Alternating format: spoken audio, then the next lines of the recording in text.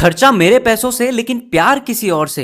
ये जो शब्द हैं ये विनय नाम के एक शख्स के हैं जिसने अपनी गर्लफ्रेंड को इसलिए मारा और उसके 3 टुकड़े इसलिए किए क्योंकि उसे उसके ऊपर शक था कि ये मेरे साथ सिर्फ इसलिए है क्योंकि ये मेरे पैसे खर्च कराना चाहती है, बाकी ये प्यार किसी और से करती है, यानी किसी और के साथ अफेयर में है। अब क्या है ये मामला, इस वीडियो को अंत तक देखिए। मामला आगरा का है जहां पर दिविशा टेक्नोलॉजी करके एक प्राइवेट कंपनी थी जिसमें एक छोटा सा ऑफिस था जहां पर 3 लोग काम करते थे, विनय राजपूत और मिंकी शर्मा और उनके साथ एक ऑफिस बॉय और था।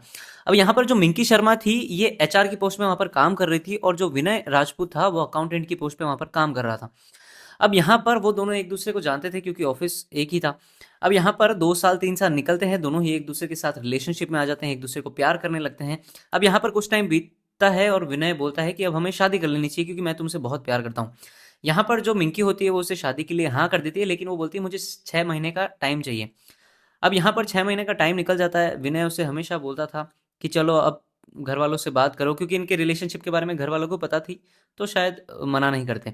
विनय अपने घर पे बात कर चुका था, ग्रीन फ्लैग हो चुका था। मिंकी ने भी अपने घर पे बात कर ली थी, ऐसा मिंकी ने बताया। अब यहाँ पर कुछ टाइम तक वो बोलता रहा उससे कि शादी के लिए, लेकिन वो टाल देती थी, जिसके बाद विनय को थोड़ा थोड़ा शक होने लगा कि आखिर ये टाल क्यों रही है, मैं इससे बहुत प्यार करता हूँ। जहाँ पर ये उसे कॉल करता था रात रात को तो उसका कॉल बिजी आता था, कुछ कई सारे जो मैसेजेस थे वो डिलीट होते थे। अब यहाँ पर उसे शक बढ़ने लगा, जहाँ पर उसे ये हुआ कि ये मेरे साथ इसलिए है ताकि ये मेरे पैसे खर्च कर पाए, क्योंकि विनय आधी सैलरी उस पर ही खर्च कर देता था।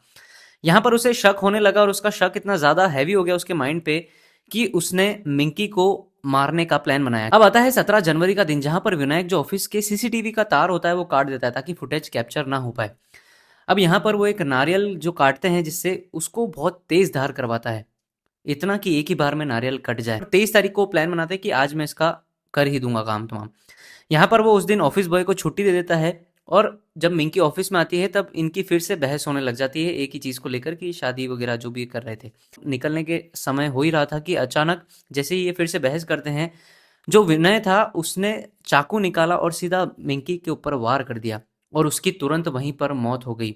जिसके बाद उसने बॉडी के 3 टुकड़े किए और उसे बैग में पैक कर दिया और ऑफिस अच्छे से साफ करके उसे यमुना नदी के किनारे ले गया और वहां पर फेंक दिया, जिसमें से जो बॉडी का धड़ का एरिया था वो उसने एक पुल के किनारे ही रख दिया क्योंकि उससे फेंका नहीं जा रहा था, काफी हैवी थी। अब यहाँ पर काफी देर हो चुकी थी, मिंकी के परिवार वाले परेशान हो चुके थे। विनय को कॉल लगा, विनय ने कहा कि ये तो निकल गई है, जिसके बाद वो पुलिस की हेल्प लेते हैं। जिसके बाद पुलिस शक के आधार पर कॉल रिकॉर्डिंग वगैरह चेक करती है, कॉल डिटेल्स निकालती है, जिसके बाद विनय को अच्छे से पूछा जाता है, उससे पकड़ा जाता है। जब उससे टाइट तरीके से पूछताछ की जाती है तब वो सारा बता देता है कि मुझे इस पर शक था कि ये मेरे साथ केवल पैसों के लिए है और किसी और के साथ इसका चक्कर चल रहा है, जिसके चलते मैंने इसको मार दिया।